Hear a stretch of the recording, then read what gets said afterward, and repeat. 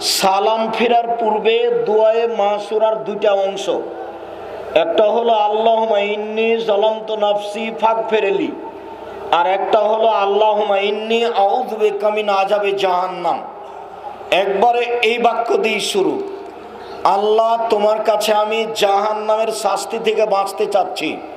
ওয়া আউযু বিকা মিন আযাবিল কবর, আল্লাহ তোমার কাছে আমি কবরের শাস্তি থেকে বাঁচতে চাচ্ছি।